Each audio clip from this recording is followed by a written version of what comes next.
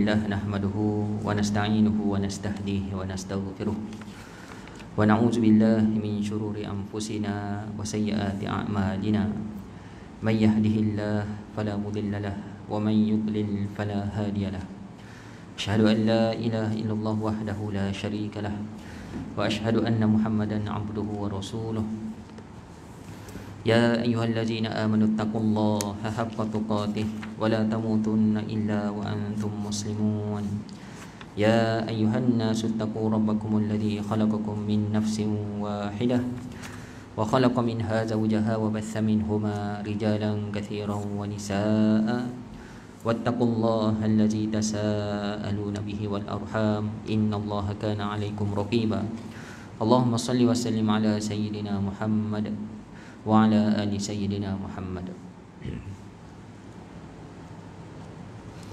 Alhamdulillah, syukur pada Allah Subhanahu wa taala. Alhamdulillah, Allah panjangkan usia, Allah kurniakan kita kesihatan tubuh badan, Allah bagi kita nikmat masa lapang, nikmat solat berjamaah, nikmat sihat tanpa penyakit, lagi-lagi COVID-19, ya, nikmat hujan tetapi tak lebat sangat. Alhamdulillah. Jadi syukur di atas segala nikmat Allah Subhanahu wa taala. Malam ni saya sambung pengajian daripada kitab Adab-adab dalam Islam. Sambungan yang seterusnya, kalau sebelum ni saya berkongsi berkenaan dengan adab at-tadawi, adab berubat. Yang seterusnya adalah tarbiyah, mendidik anak-anak dan hak-hak mereka, ya. Alhamdulillah, antara bukti kekuasaan Allah Subhanahu wa taala adalah Allah menjadikan kita ni manusia, bermula daripada seorang Nabi Adam sampailah ramai berbilion-bilion, ya. Daripada Nabi Adam Allah ciptakan Hawa, daripada Hawa berkahwin dengan Nabi Adam lahirlah anak-anak, dua sampailah sekarang. Daripada Nabi Adam seorang dan Hawa tersebut sampailah kita ni cucu cicit anak Nabi Adam. Kita semua ni berlainan, ada yang putih, ada yang gelap, ada yang comel, ada yang kurang comel, ada yang mancung, ada yang kepek, ada yang mata bulat, ada yang mata sepek, macam-macam jenis orang, ya. Padahal atuk nenek kita sama aje, ya. Ada yang sehat, ada yang kurang sehat, ada yang keturunan dia macam-macam penyakit, ada keturunan dia tak sakit langsung, macam-macam. Tapi atuk nenek kita seorang dua orang je, Nabi Adam dan Hawa saja. Kenapa? Itulah kekuasaan Allah Subhanahu wa taala, ya. Daripada asalnya satu bahasa Arab sampailah jadi berpuluh beratus-ratus bahasa di dunia ni. Itulah kekuasaan Allah Subhanahu wa taala. Tak mustahil bagi Allah Subhanahu wa taala. Jadi di sana ada mak ayah, ada anak-anak. Kita bukannya macam malaikat hidup, Allah ciptakan terus ramai, ya. Tak ada lelaki, tak ada perempuan, tak ada makan, tak ada tidur, itu malaikat. Tapi kita ni ada lelaki perempuan, ada pro dan kontra. Allah jadikan macam tu. Jadi antaranya adalah Allah ciptakan ibu bapa dan anak-anak. Kepada ibu bapa kita kena hormat dan taat, kepada anak-anak kita mesti tunaikan hak-hak dan kewajipan terhadap mereka, ya. Anak-anak yang kita lahirkan tu sebenarnya mereka ada hak-hak yang wajib kita tunaikan. Kalau kita tak buat hak tersebut, kita telah berdosa. Sebab itulah kita perlu belajar. Kalau tak belajar, kita tak tahu kita telah melakukan dosa. Yang pertama, hak kepada anak-anak ni kita mesti didik anak-anak kita menjadi anak yang soleh dan bertakwa, mukmin, soleh dan bertakwa, beriman, orang baik dan bertakwa. Yang penting utama sekali beriman dahulu. Iman dia kita kena jaga, ya. Iman dia kita kena pupuk daripada lahir, sehinggalah mudah-mudahan dalam kehidupan dia jaga Islam dan sampai mati dia mati dalam Islam. Kita kena didik. Sebab kata Rasulullah sallallahu alaihi wasallam, anak-anak ni dia lahirkan bagaikan kain putih. Ibu bapanya lah yang mencorakkan sama ada Yahudi ataupun Nasrani, ya. Ibu bapa yang mencorakkan. Semua anak lahir fitrah dia Islam semuanya. Kalau dia meninggal sebelum balik, walaupun mak ayah dia non muslim, Hindu ke Buddha, dia ahli syurga. Walaupun dia pernah menyembah tokong ke dan sebagainya, selagi dia meninggal sebelum balik, dia dimaafkan, dia ahli syurga. Tetapi yang mencorakkan dia jadi semua tu adalah ibu bapanya sendiri. Jadi kewajipan kepada kita ibu bapa ni mengajar anak-anak ni supaya iman dia mantap. Mudah-mudahan bila kita mati nanti, kita ni tenang hati, anak-anak dia berpegang pada Islam. Seperti mana Nabi Yaqub alaihi salam, ya, bila dia dah tua, dia tanya anak-anak dia, disebutkan dalam surah Yusuf, wahai anak-anakku, bila mati nanti kamu nak sembah siapa? Nabi Yaqub tanya. Padahal Nabi tahu, ya, dia dah didik sebaiknya dah pada anak dia, dan ada antara anak dia ni Nabi Yusuf alaihi salam. Anak dia semua soleh-soleh, cuma masa kecil, masa muda dia nakal sikit, dia cemburu, dia buang Nabi Yusuf. Tetapi dia dah bertaubat dah. Ya, dia katalah, anak dia kata, ya wahai ayahku, kenapa tanya pula? Kami memang berpegang dulu, kini selamanya Islam. Macam itulah jawapannya. Ya. Maka jawab Nabi Yaqub, aku bertanya kerana aku nak menenangkan hatiku sahaja. Nabi Yaqub dia tak tanya, ya, kamu nanti bila aku mati kamu nak duduk rumah mana, tak tanya. Kamu nak tinggal harta apa pada anak cucu, kamu nak makan apa, kamu ni tak ada job. Nabi tak tanya tentang harta, ya, tapi Nabi Yaqub risau tentang iman. Kamu nak sembah siapa? Ya. Jadi kita kena jaga iman. Lagi-lagi musim sekarang ni, akhir zaman, iman anak-anak ni mudah tergelincir. Mudah tergelincir dengan adanya budaya-budaya bukan Islam yang masuk ke dalam Malaysia. Ya. Dia terapkan budaya tersebut dalam media-media, dalam TV. Ya, kalau kita tak pasang TV kat rumah pun dia boleh tengok handset, YouTube, dia boleh tengok Netflix, dia boleh tengok TikTok, Facebook. Benda tu semua slow akan mendidik, menarik dia jauh daripada Islam. Sebab tu kita kena ajar, kalau boleh sebelum mati kita rasa lega anak kita ni memang berpegang teguh pada Islam. Ya. Kalau boleh kita mati nanti sebelum tutup mata, kita dah rasa lega sebab anak-anak kita yang lelaki jenis sembahyang belaka, tak ada yang tinggal solat. Lagi-lagi sembahyang masjid surau, alhamdulillah. Itu baru lega. Tapi kalau kita mati nanti anak pun sembahyang, kadang-kadang sembahyang, kadang-kadang tak sembahyang, na'udzubillah. Walaupun kita orang masjid surau, anak kita jenis sembahyang tak sembahyang, tuan-tuan patut kita kena risau. Kalau anak kita perangai macam tu, cucu kita macam mana pula? Keturunan kita. Siapa yang nak doakan kita bila kita mati nanti, kalau dia jenis sembahyang tak sembahyang? Kalau boleh kita mati nanti, anak kita semua pandai mengaji, semua dah fasih dah mengaji, tak ada seorang pun tak fasih mengaji. Sebab apa? Mudah-mudahan dia baca Quran malam-malam. Setiap kali dia baca Quran, kita yang mati ni dapat pahala. Tapi kalau kita mati nanti anak kita pun merangkak-rangkak baca, tak kenal huruf-huruf Al-Quran, maknanya memang rugi sangat. Dulu lain lah, ada ibu bapa yang tak ada ilmu. Sekarang macam-macam kemudahan ada, boleh belajar, boleh panggil ustaz datang ke rumah. Kalau tak nak ustaz datang rumah, boleh online. Mudah sangat. Ustaz pun ramai sekarang, budak-budak habis lepasan Timur Tengah, di Malaysia mana semua pandai mengaji. Kalau boleh bila kita mati nanti anak kita semua pandai mengaji. Tapi kalau cuba tengok, kalau ada lagi yang tak pandai mengaji, umur dah balik dah, umur 20, 30, belasan tahun, tapi baca merangkak-rangkak lagi. Doa kunut pun tak ingat. Ya, tahiyat tersilap kadang-kadang. Oh, na'udzubillah. Rasa tenang ke kita mati nanti? Ya, rasanya dia boleh kekal ke dengan iman dia tersebut? Ya. Jadi yang pertama kita kena jaga iman dia. Lagi-lagi akhir zaman ni mudah terpengaruh. Sekarang ni musim bulan 12 ni musim Christmas. Musim Christmas kan. Musim Christmas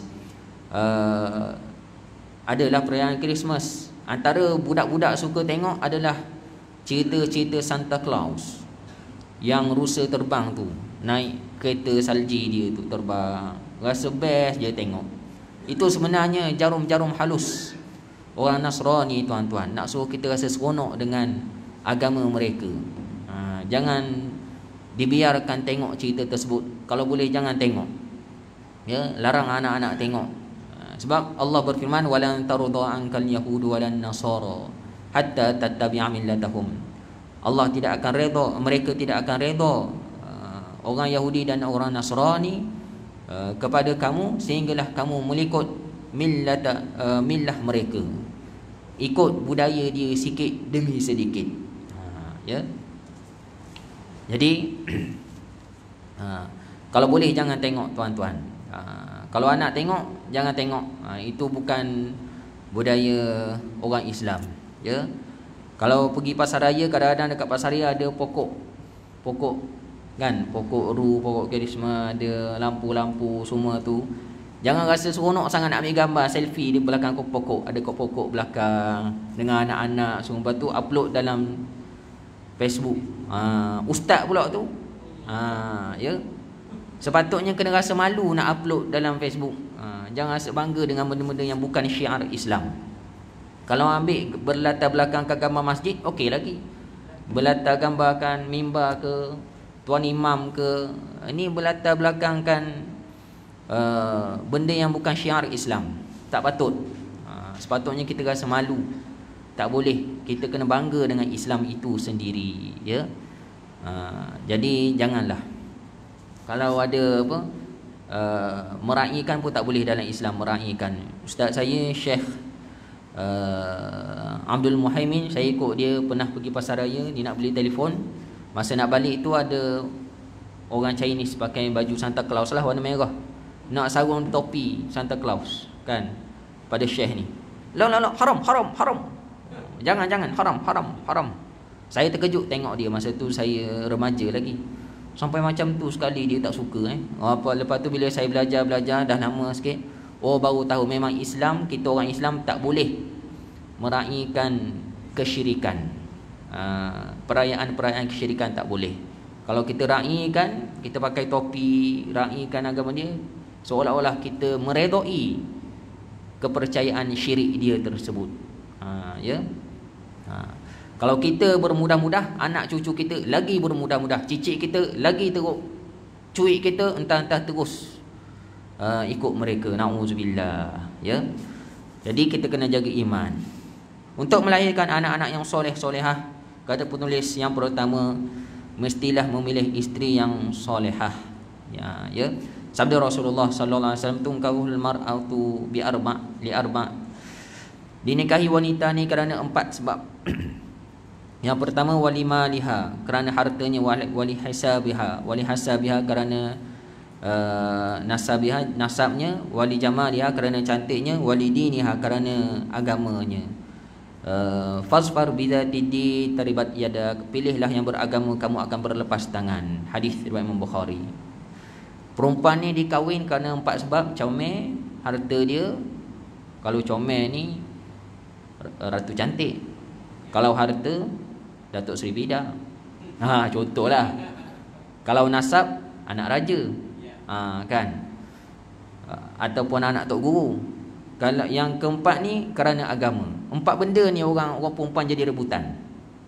Jadi kata Rasulullah, pilihlah yang beragama. Taribat yadak, kamu akan berlepas tangan. Berlepas tangan ni maksudnya relax sikit kerja. Ya. Kita insya-Allah akan melahirkan anak yang soleh-solehah, dan kita lebih mudah menjaga iman anak-anak kita kerana memilih isteri yang beragama, ya. Kalau kita pilih yang cantik pun satu hari nanti dia berkeduk juga. Berkeduk kan, ataupun dia cantik dia bagi pejabat, kita pula tak tenang. Orang mengorak sokmo. Sekali malam-malam balik tengok handset ketawa, senyum apa tu kat handset. Ni saya ada klien ni, dia cakap macam ni, kita pula jealous, tak tenang suami. Tapi kalau pilih yang berharta, sekali bergaduh dia kata, ingat sikit awak ni menumpang rumah saya, pakai kereta saya. Kalau awak tak suka saya, lepaskan saya. Jangan duduk rumah saya. Jangan ambil apa-apa dari saya sehelai sepinggang kita. Kerana pilih yang berharta. Kalau pilih yang nasab pun sama macam tu, dia akan hina kita. Jadi kata Rasulullah, pilihlah yang beragama, kamu akan berlepas tangan. Kalau pilih yang beragama, tuan-tuan, Allah bagi keempat-empat semuanya. Ya, kalau wanita ni walaupun tak beragama tapi dia taat, dia belajar, ya, dia kira beragama juga, maka Allah akan bagi harta. InsyaAllah mula-mula hidup susah, lama kelamaan bertahun-tahun Allah akan bagi harta jadi senang. Ya, ada je murah rezeki Allah bagi. Ya, tengok mak tuan-tuan. Ya, boleh jadi kebiasaannya orang Melayu kita dulu-dulu, mak ayah kita susah hidup masa mula-mula kahwin. Kalau tanya, susah hidup, makan pun ubi kayu, makan jarang-jarang.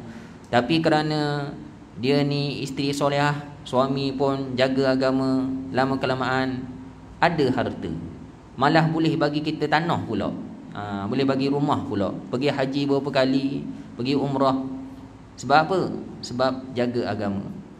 Kalau pilih yang beragama ni, bukan setakat Allah bagi harta, comel, cantik. Ya, mula-mula kahwin tak apa cantik, biasa-biasa je, lama kelamaan makin sayang isteri, tengok makin comel pula. Ya. Kemudian Allah bagi apa lagi? Allah bagi nasab, keturunan yang baik. Bila anak-anak isteri solehah, suami soleh, dapat anak soleh-solehah pula, automatik start daripada dia dikira keturunan yang bertakwa, keturunan orang yang baik, keluarga mawaddah warahmah. Ya. Jadi sebab itulah Rasulullah kata pilih yang beragama, taribat yadak. Jadi tuan-tuan, kita anak perempuan ni, kita kena utamakan agama dia. Sebab apa? Nanti bila dia berkahwin, dia akan melahirkan anak-anak yang soleh-solehah, juga akan mendoakan atuk nenek kita sendiri. Ya. Ada satu kisah di UKM lah, saya dengar dulu. Seorang pensyarah bujang ni, dia ada pelajar, ada salah seorang pelajar perempuan ni solehah lah, bagus, pelajar jabatan agama. Dia ni baik, bagus, solehah. Satu hari pelajar perempuan ni bagi kad kahwin. Ustaz jemput majlis kahwin saya 2 bulan lagi. Oh, tahniah. Orang mana? Orang sekian. Kemudian sebulan depan datang lagi, ustaz, hari tu saya bagi kad jemputan kan, majlis kan? Ya. Ustaz minta maaf tak jadi, ustaz batal. Kenapa pula batal? Sebab mak dia tak suka saya. Kenapa tak suka pula? Pelik kan? Dia tengok, sebab dia tak nampak comel tak comel. Boleh jadi comel lah sebab pakai ni. Sebab dia orang solehah. Apa kurangnya? Sebab ustaz, mak dia kata, pantang keturunan aku bermenantukan orang yang tak ada keturunan. Dia kata macam itulah. Rupanya perempuan tersebut, dia ni membesar di rumah anak yatim. Tak tahu siapakah mak ayah dia. Tak tahu. Boleh jadi anak luar nikah, boleh jadi anak betul, orang buang cuma tak ada duit. Wallahu a'lam. Jadi bila nak kahwin pakai wali hakim, mak mertua dia terkejut. Oh, pantang kahwin orang tak ada keturunan. Maka putuslah. Maka ustaz pun tengok perempuan ni solehah, ejah kahwin dengan ustaz. Dan dapat anak solehah belaka. Dapat harta, dapat bini comel, dapat anak-anak solehah, keturunan yang baik. Ya. Jadi walaupun mak ayah ni orang yang berzina contohnya, berdosa besar, dapat anak tersebut, tapi kalau anak tu didik jadi orang solehah, anak ni anak solehah, maka Allah tak kira mak ayah dia tu. Itu dosa mak ayah dia. Anak dia dengan Allah Subhanahu Wa Taala. Jangan risau. Jadi sebab itulah kata Rasulullah, fasfar bizatiddin, pilihlah yang beragama, taribat yada, kamu akan berlepas tangan. Baik. Kemudian yang seterusnya, sabda Rasulullah sallallahu alaihi wasallam, iza anfaqa ar-rajulu ala ahlihi nafaqatan yahtasibuha kanat lahu sadaqah. Jika seseorang memberi nafkah kepada keluarganya dan itu dia lakukan semata-mata hanya mengharapkan pahala daripada Allah, bererti dia telah bersedekah. Maksud hadis ni sini hadis Imam Bukhari dan Muslim. Seorang bapa, seorang ketua keluarga ni jangan kedekut nak berbelanja kepada anak isteri. ya. Berbelanja saja, simpan pun simpanlah, belanja jangan kedekut, ya. Ada hari anak nak makan sedap, kita belanja sekali-sekala. Beli baju, beli keperluan dia. Sebab setiap kita keluar duit tersebut, kata Rasulullah, si bapa ni dapat pahala sedekah. Dapat pahala sedekah. Sedangkan sedekah ni Allah sebut, wa ma anfaqtum min syai'in fa huwa yukhlifuh. Tidaklah apa yang kamu infakkan itu Allah akan ganti. Jadi kalau lagi banyak dia berbelanja pada keluarga, bukan boros, maknanya dia tak kedekut, lengkapkan semua keperluan. Anak nak belajar Quran, dia pun keluar, tak apalah panggil ustaz 100 sebulan. Contoh. Anak nak ni, tak apa, asalkan keperluan cukup. Kalau ayah dia sifat macam tu tuan-tuan, rezeki dia murah, Allah akan ganti, dapat pahala sedekah. Berbeza ayah yang kumpul duit. Anak nak belajar, belajarlah kat sekolah fardu ain, takkan kau tak pandai. Belajarlah sungguh-sungguh, kumpul duit, tukar sport rim. Kumpul duit, pasang Astro, pasang Netflix. Kumpul duit, tukar kereta. Tapi untuk anak bini kedekut. Keperluan dia, keperluan zahir dan batin. Zahirnya pakaian, makanan. Batinnya apa? Iman, ilmu. Itu batin dia, ya. Kasih sayang. Tapi kalau kedekut, rezeki dia pun tak berapa murah, tak berapa mudah seorang bapa ni. Jadi kalau nak murah rezeki, jangan kedekut. Berbelanja kepada keluarga, zahir dan batin, ilmu dan iman dia kita kena jaga. InsyaAllah Allah ganti semua tersebut. Kemudian seterusnya, sabda Rasulullah sallallahu alaihi wasallam, muru auladakum bis solah wa hum abna'u sab'i sinin. Suruhlah anak-anak kamu sembahyang pada umur dia 7 tahun. Wadribuhum 'alaiha wa hum abna'u 10 sinin. Dan pukullah anak tersebut kalau dia tak nak sembahyang pada umur 10 tahun. Wa farriqu bainahum fil madaji', dan pisahkanlah tempat tidur mereka pada umur 10 tahun itu. Ya, hadis riwayat Imam Ahmad dan Abu Dawud. Pengajaran yang seterusnya, anak-anak ni kita wajib suruh sembahyang. Wajib suruh. Bila wajib suruh? Umur 7 tahun. Wajib dah. Tapi kalau anak tak sembahyang umur 7 tahun, kita tak berdosa. Kita kejut subuh kan, umur 10 tahun, tahun 1, nak bangun, nak sembahyang subuh, dia sambung tidur.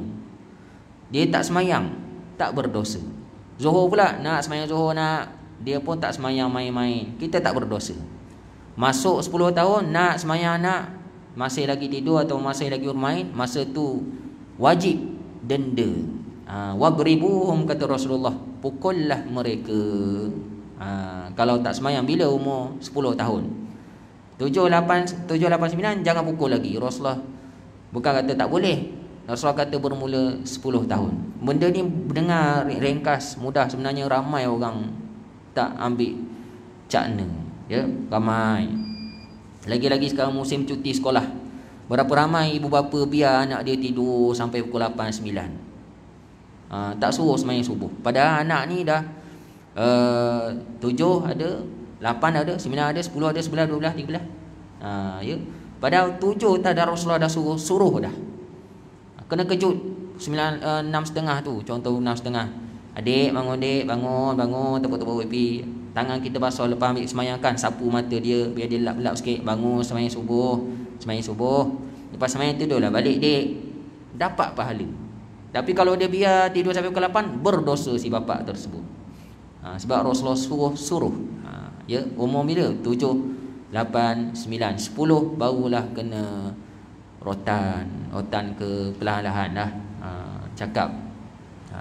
Denda-denda ni tuan-tuan sebenarnya pendidikan Rasulullah. Walaupun macam kasar, tapi bukannya rotan sampai berbirat merah. Tak ada luka. Rotan tak adalah sampai merah, cuma rotan pengajaran.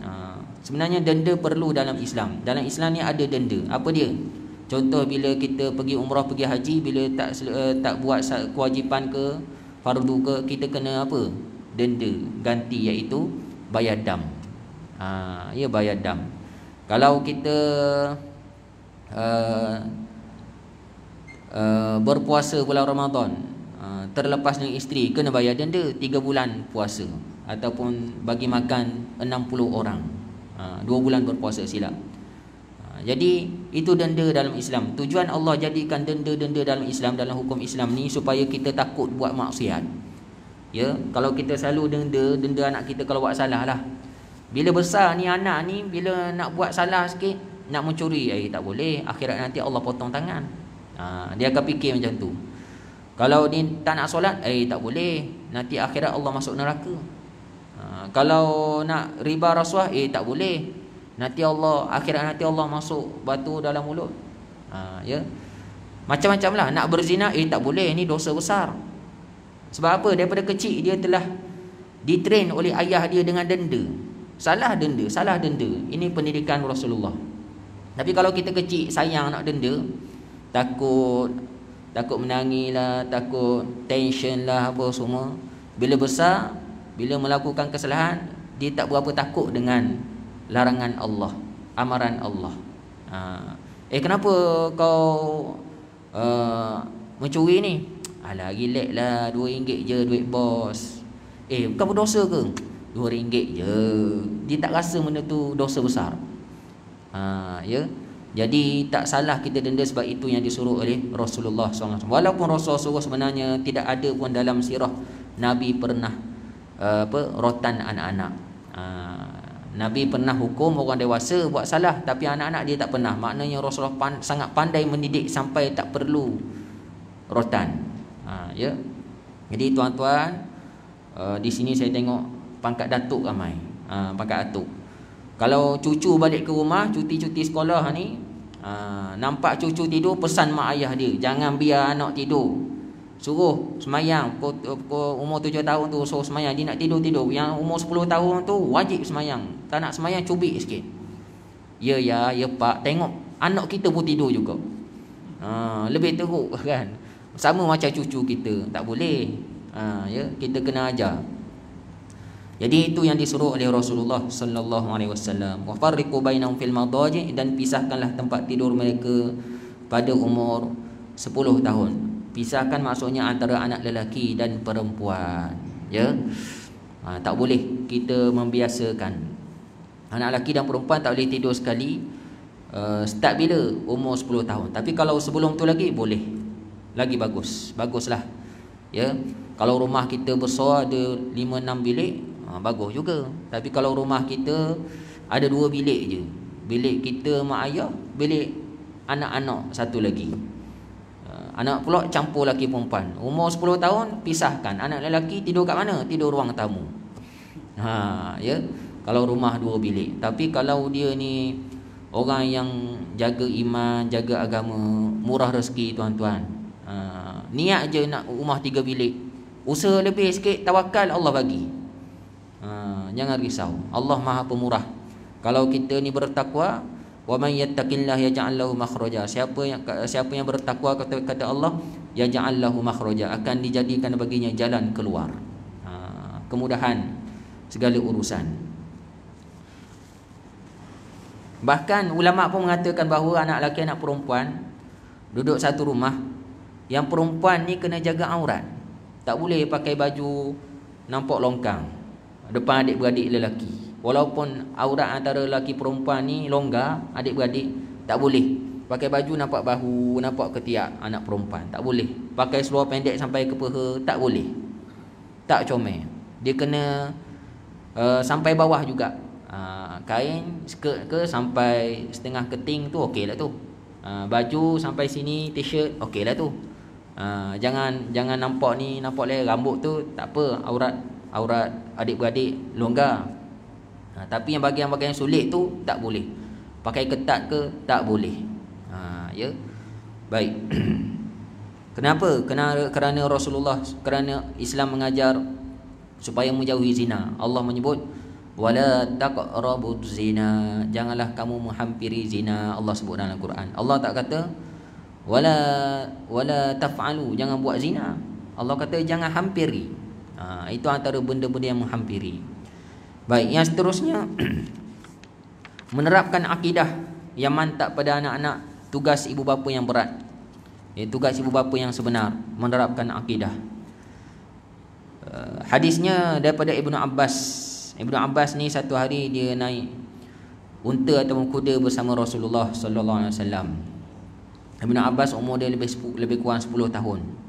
Rasulullah pun bagi nasihat, ya. Ya gulam, wahai budak, inni uallimuka bi kalimatin. Sesungguhnya aku nak ajar engkau beberapa ilmu, beberapa kalimah.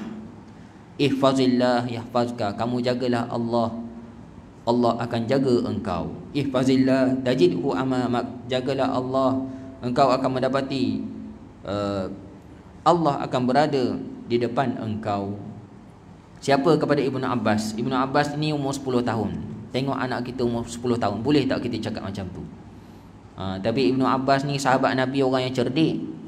Jadi Nabi kata macam tu dia faham dan dia ingat, dia sampaikan hadis tu kepada kita. Sekali sebut je, ya.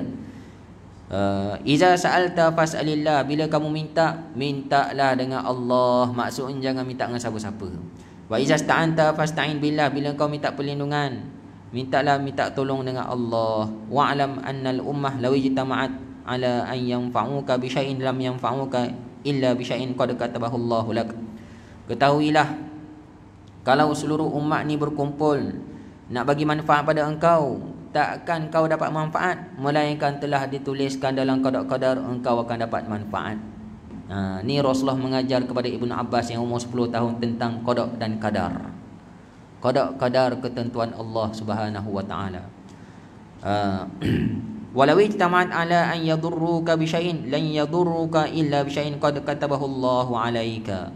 Kalaulah seluruh umat ni berkumpul nak bagi mudarat kepada engkau, engkau tak akan dapat mudarat melainkan telah tertulis engkau akan dapat mudarat. Rufa'atil aqlam, pen telah diangkat. Wajaffatis suhuf, kitab-kitab telah ditutup. Kitab qada-qadar kita telah ditutup, kata Rasulullah sallallahu alaihi wasallam. Hadis riwayat Imam Ahmad, ya. Jadi hadis ni sebenarnya berkenaan dengan akidah. Tapi Rasulullah bagi tahu kepada Ibnu Abbas yang umur 10 tahun. Sebenarnya pelajaran buat kita juga sebenarnya. Kita yang dewasa ni, ya. Antaranya berkenaan dengan qada-qadar. Kata Rasulullah, kalau seluruh umat, semua orang berkumpul nak bagi manfaat pada engkau, engkau takkan dapat manfaat melainkan Allah izin. Ya. Contohlah, seluruh Semenyih ni ada 1 juta orang, ya. Nak bagi duit kat kita RM1 seorang, 10 sen dah. Senang, 10 sen seorang. 1 juta orang, 10 sen dekat 1 juta berapa? 100,000. Untung kita ni 10 sen, ya. Tapi semua dah buat macam tu, dah cukup dah 100,000. Bila sampai depan kita, kalaulah ditakdirkan Allah kata kita tak dapat juga. Kena curi ke, hilang ke dan sebagainya. Kalau semua orang berkumpul nak bunuh kita, nak kenakan kita, tetapi kalau takdir Allah kita ni tak mudarat, takkan kena juga. Kita kena yakin dengan qada-qadar Allah Subhanahu wa taala. Maksudnya di sini jangan takut bila ada orang nak kenakan kita, dan jangan risau dan jangan sedih bila kita usaha tak dapat. Ya, jangan sedih bila kita usaha tak dapat. Jadi bila kita faham konsep qada-qadar ni, kita tak sedih sangat dan kita tak adalah gembira sangat. Bila-bila masa sahaja Allah boleh tarik, bila-bila masa sahaja Allah akan bagi, tuan-tuan. Ya, macam sekarang ni lah, musim Covid ni, sekiranya lah seluruh ramailah 50% orang Covid dekat kampung ni, kita pun risau. Tapi kita ni dah jaga SOP apa semua gitu gini, dah jaga tak bersalam orang apa semua, tiba-tiba kena juga. Mana salah aku? Jangan kata macam tu, ya. Memang sudah qada-qadar Allah Subhanahu wa taala. Ya, kita kata apa?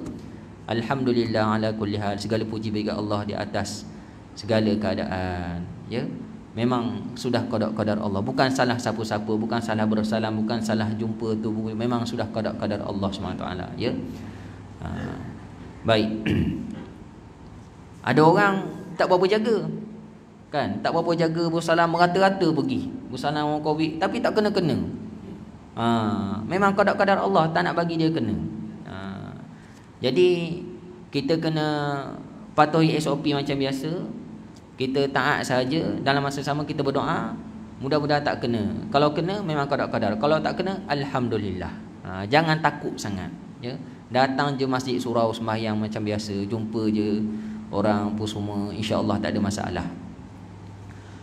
Baik, kemudian yang seterusnya sabda Rasulullah membiasakan antara kewajipan ibu bapa ni kena ajar anak-anak ni akhlak mulia. Memperbaiki benda salah silap, sebab anak-anak ni kosong kain putih, dia akan ikut contoh tauladan kita. Kalau kita tak tegur sampai macam tu lah, bila-bila perangai dia tak elok, ya. Antara perangai anak-anak tak elok ni biasa dia terpengaruh kawan-kawan dan media.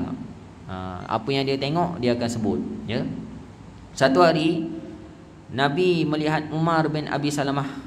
Masa ni Umar bin Abi Salamah ni kecil, ya, kanak-kanak boleh jadi 6-7 tahun.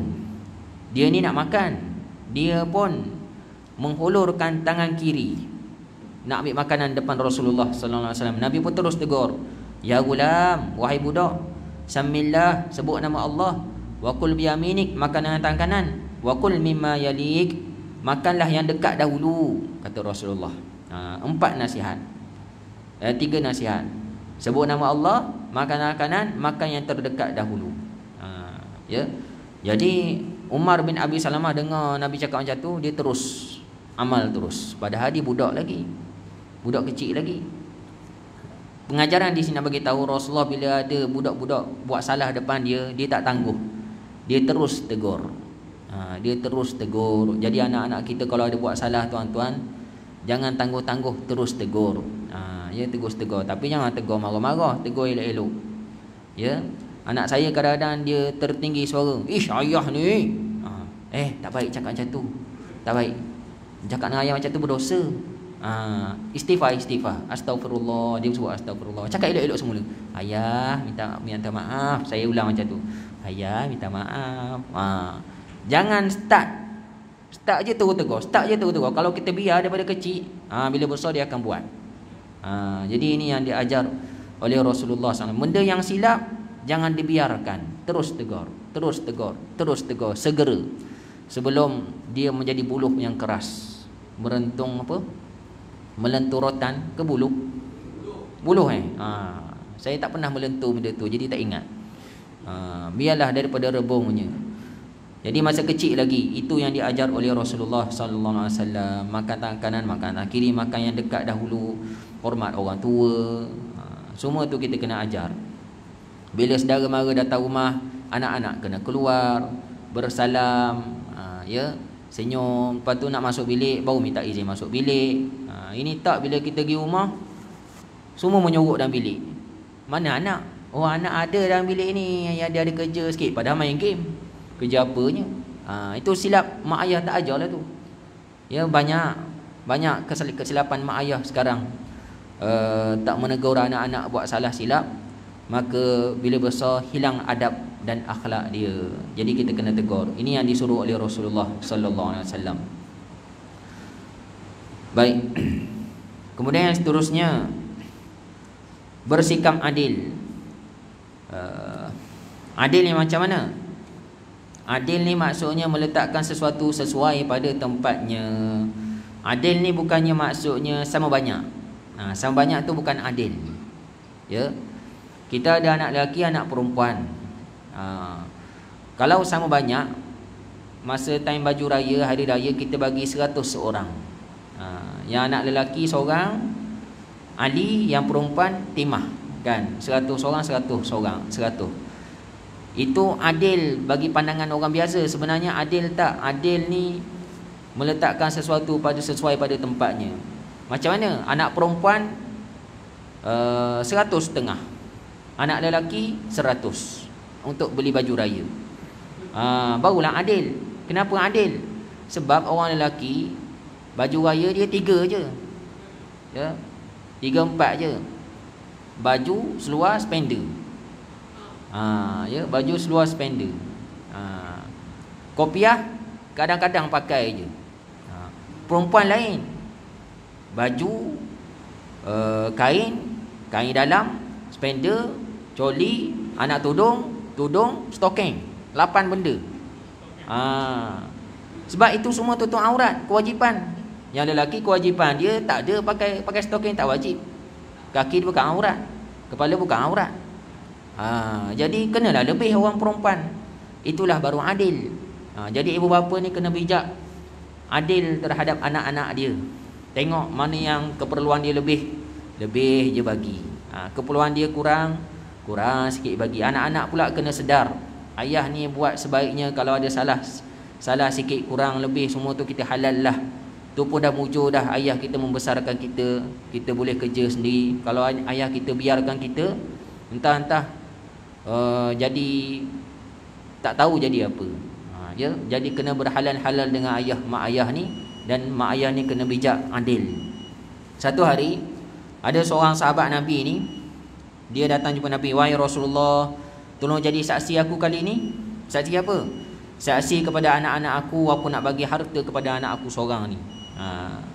Anak dia seorang ni seorang sahabat Nabi, ahli Quran. Dia sangat rapat dengan Nabi, dia hafal Quran. Anak dia ramai 10 orang lah, lebih kurang macam tu. Ada seorang yang paling rapat dengan Rasulullah. Dia sayang seorang anak dia ni sebab dia ni alim, dia rapat dengan Rasulullah, hafal Quran. Oh, kamu nak bagi apa pada dia? Aku nak bagi harta sekian, emas dan tanah. Bapak dia macam kaya lah. Yang lain-lain dapat tak? Adik-adik dia yang lain tak dapat, sikit-sikit je. Yang dia ni banyak, lebih sikit. Aku sayang sungguh anak aku seorang ni. Tolong jadi saksi kepada anak-anak aku, supaya anak-anak aku masuk macam tu lah, masuk tisyat, supaya anak-anak aku semua tak boleh bantah. Sebab Rasulullah dah menjadi saksi. Apa jawab Rasulullah? La ashhadu ala jawr, ittaqullah wa'dilu fi auladikum. Aku tak nak menjadi saksi kepada perbuatan zalim. Bertakwalah kamu kepada Allah dan bersikap adillah terhadap anak-anak kamu. Nabi tak nak jadi saksi sebab nampak sangat melebihkan anak tu seorang, yang lain tak dapat apa. Ya. Tapi kalau kita lebih sikit-sikit kerana motivasi, kita pesan pada anak ayah 10 orang, kalau siapa dapat hafal Quran habis, ayah akan bagi kereta sebiji. Yang tu dah setuju tak apa. Ya. Siapa dapat solat berjemaah selalu, kemudian sekian apa semua, bagus semua akhlak apa semua, ayah akan bagi tanah sebidang. Yang lain pun dapat juga setengah bidang belaka. Ya. Kamu kena usaha dah anak-anak. Setuju pak. Yang tu tak apa. Tapi kalau saja-saja nak bagi lebih pada seorang, yang lain dapat kurang, nampak sangat ketidakadilan. Sebenarnya Rasulullah tak suka. Boleh, tapi Rasulullah tak berapa suka. Ya. Ada satu keluarga ni, dia cakap kat saya, anak yang bongsu dapat rumah 2 biji. Anak yang sulung dapat tanah sebidang, ada rumah kampung. Anak nombor 2 dapat tanah aja. Anak nombor 3 dapat tanah. Anak nombor 4 dapat setengah tanah. Yang 4 tanya, kenapa dapat setengah tanah mak? Sebab engkau masa kecil sangat menyusahkan mak. Rantai mak ni banyak mana hilang. 20,000 harga dulu rantai ni. Sekarang ni kalau tukar tak tahu berapa ratus ribu. Jadi kamu paling banyak menyusahkan mak. Jadi mak bagi sikit lah. Tapi adik kamu tu banyak tolong mak, gitu gini ni, mak bagi lebih. Mak harap semua setuju semuanya. Beres lah. Ada bagi banyak, ada bagi lebih. Sebab yang bagi sikit tu nakal sikit, tapi dah insaf dah. Kamu pun kata nak bayar, sampai sekarang tak bayar kan? Ya mak. Itu kira bayar lah tu. Jadi tengok, itulah nama adil. Adil tak sebenarnya sama rata, tapi ikut ikut kebijakan mak ayah dia. InsyaAllah, mudah-mudahan Allah ampunkan kita, Allah terima amalan kita. Wallahu a'lam. Yang baik itu daripada Allah, yang lemah saya mohon maaf. Kita tangguh dengan tasbih kafarah. Subhanakallahumma bihamdika asyhadu an la ilaha illa anta astaghfiruka wa atubu ilaik. Assalamualaikum warahmatullahi wabarakatuh.